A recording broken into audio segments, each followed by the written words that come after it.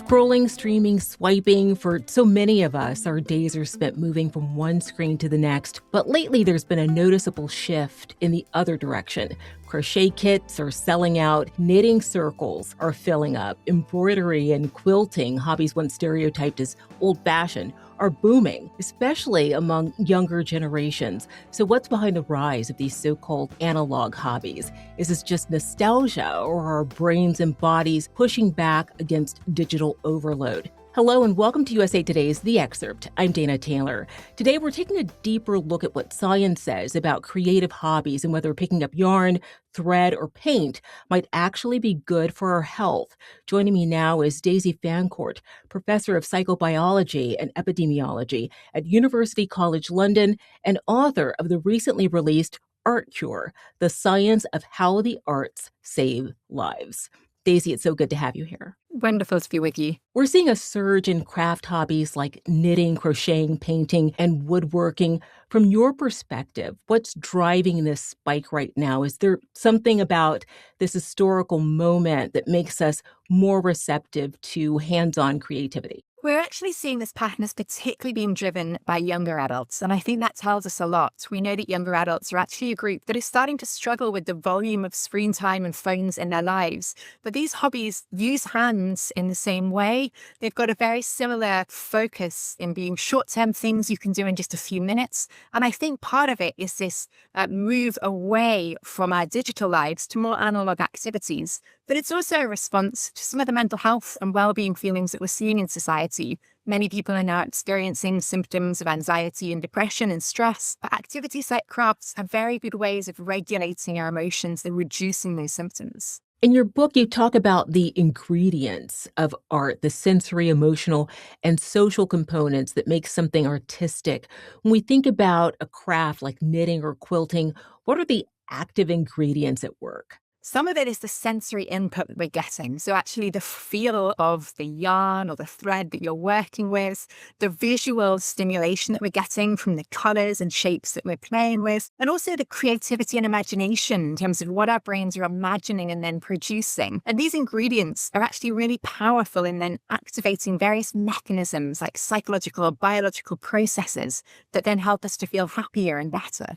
Daisy, you write that art is the, quote, forgotten fifth pillar of health, alongside things like sleep and diet and exercise. That's a bold claim. What makes the arts powerful enough to sit in that category? It's funny that it sounds like a bold claim, because if you looked back, even a few hundred years, everybody sang, danced, told stories, made art together as a part of everyday life. It's only really in modern society that we've actually started to turn the arts into more of a luxury rather than an everyday essential. And actually, when we look at the evidence base, there is very strong evidence now that these activities, these creative arts activities, have tangible, meaningful effects on our health. And for things like mental health, for example, we actually see benefits that are equivalent to some of those other health behaviors like physical activity, but we're just not talking about it in that way, even though the evidence is there. So, Daisy, when someone sits down to crochet, what is happening in the brain and the body? What systems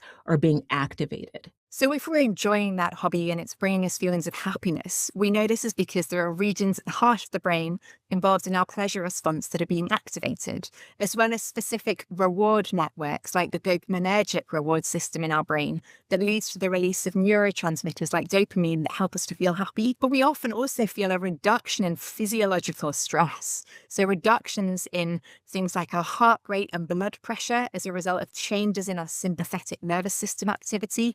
We also see reductions in stress hormones like cortisol, and we can even see reductions in things like inflammation in our immune system, which is related actually to symptoms like depression, tying together these psychological and biological results of arts engagements. You describe how the brain's reward system, especially dopamine, is activated not just by pleasure, but by anticipation. Tell me about that. Well, if we're doing things like listening to stories or making music, listening to songs, there's a temporal element there as well. We can start to predict what might be about to come. So many people will know that the chorus in their song is about to come back, and the anticipation of those pleasurable moments in that song actually lead to dopamine release, as well as those peak moments like the chorus itself.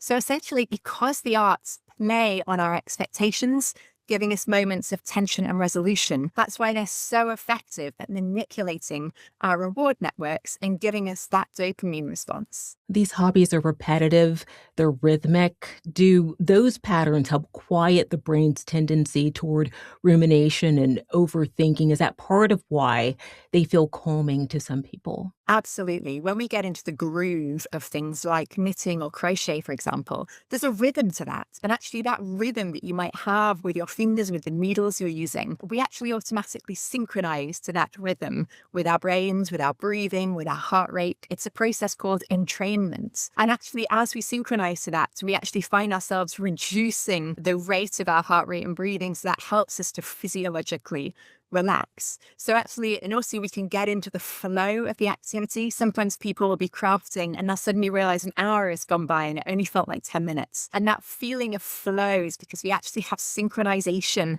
across the medial central part of our brain, which means that we're so deeply engrossed in what we're getting that all of our attention gets very focused. And this is a really positive state for our brains to experience. I want to circle back to something that you mentioned earlier. Do we have evidence that regular creative practice, even at an amateur level, can lower stress hormones and inflammatory markers? And then what about the risk of depression? We actually do have evidence that if people are regularly engaging, so they have that hobby they keep coming back to, that it actually does have longer term physiological effects. In fact, people who are regularly engaged in arts activities actually have patterns of gene expression which indicate a slower pace of biological aging.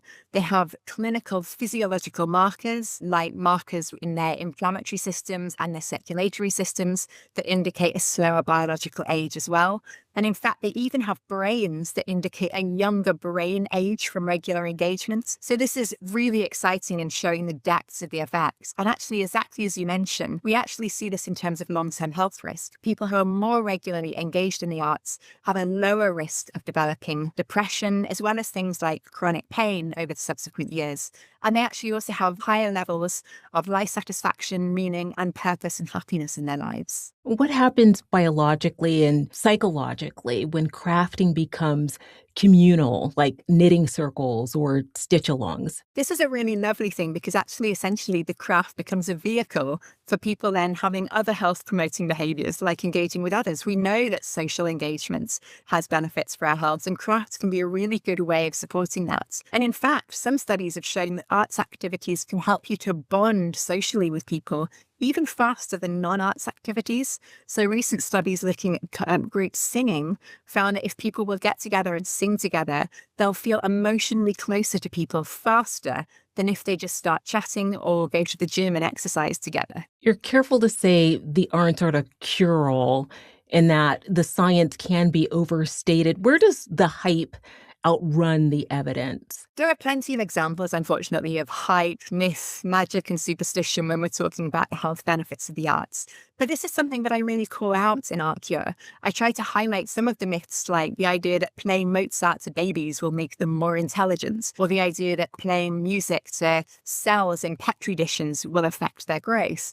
I think that these are good examples to call out because actually, when we look at the science that is robust and is being replicated, actually those results are far more interesting and exciting than the myths. So I think it's really good to put those myths to bed, but instead share the exciting science that's actually remained a bit of a secret so far. Daisy, for someone listening who's intrigued but unsure where to begin, what might a small, realistic dose of creativity look like? We're all used to having these kind of rules in our lives about like how many vegetables to eat each day, for example. And I think it can really help to figure out what's our personal equivalent of that. Can you manage 10 or 15 or 20 minutes a day of creative activity? Or can you try and make swaps in your life? So instead of scrolling your phone on your commute, is that a great time to do 20 or 30 minutes of a craft activity? Or if you're meeting up with friends, instead of just meeting up for drinks or dinner, can you meet up and do something that's creative together? I think a bit like with our diet as well, it's good to remember that variety is really important. So actually trying different arts experiences can bring different benefits to your health. So it's a really positive thing not to worry about how good you're going to be, but just to focus on the enjoyment of the experience and sampling lots of different things till you find something you like. And I'm just going to ask, do you have a favorite creative activity that you look forward to? I love playing piano and making music, but actually recently I've been trying to sort of test new things. I've recently tried embroidery and I've really loved it. What I'm producing doesn't look that great, but that's not the point. The point is that I'm really enjoying that sensory experience, that joy of learning a new skill and the excitement of being able to show friends what I've produced. Daisy's new book, Art Cure: The Science of How the Arts Save Lives, is on bookshelves now. Daisy, thank you so much for your time. Thank you. Thanks for watching. I'm Dana Taylor. I'll see you next time.